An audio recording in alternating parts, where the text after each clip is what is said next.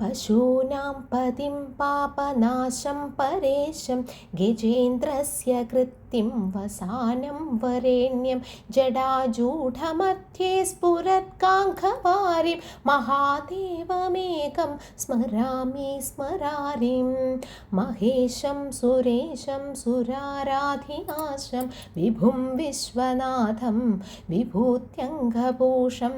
विरूपाक्षमित्युर्गवग्निं त्रिनेत्रं सतानन्दमीढे प्रभुं पञ्चवक्त्रं गिरीशं गणेशं गले नीलवर्णं गवेन्द्राधिरूढं गुणातीतरूपं भवं भास्वरं भस्मनाभूषिताङ्गं भवानीकलत्रं भजे पञ्चवक्त्रं शिवाकान्तशम्भो शशाङ्कार्धमौले महेशानशूलिन् जडाजूढधारिन् त्वमेको जगद्व्यापको विश्वरूप प्रसीद प्रसीद प्रभो पूर्णरूप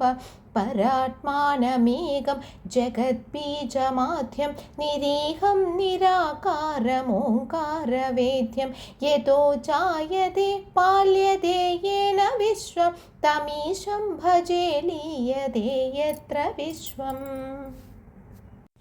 न भूमिर्न चापो न वह्निर्न वायुर्न काकाशमास्ते न दन्ता न निद्रा न ग्रीष्मो न शीतं न देशो न वेषो न यस्यास्ति मूर्तिस्त्रिमूर्तिं तमीढे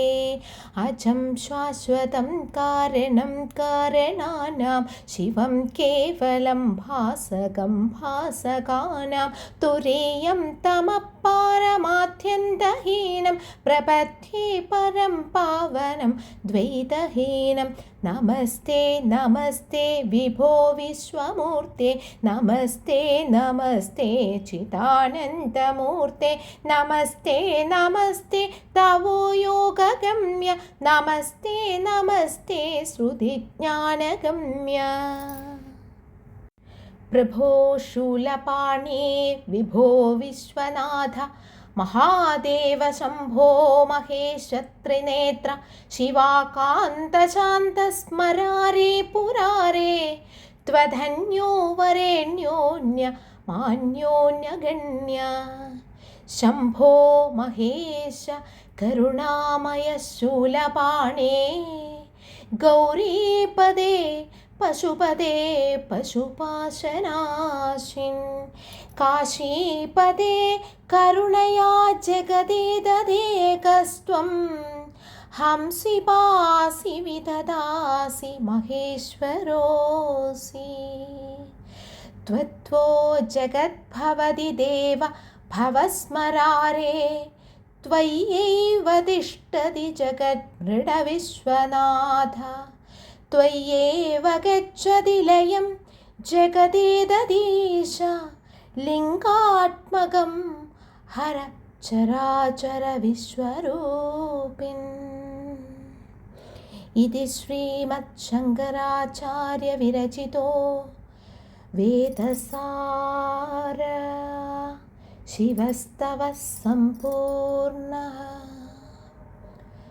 शिवाय नमः शिवाय नमः शिवाय नमः शिवाय नमः शिवाय नमः।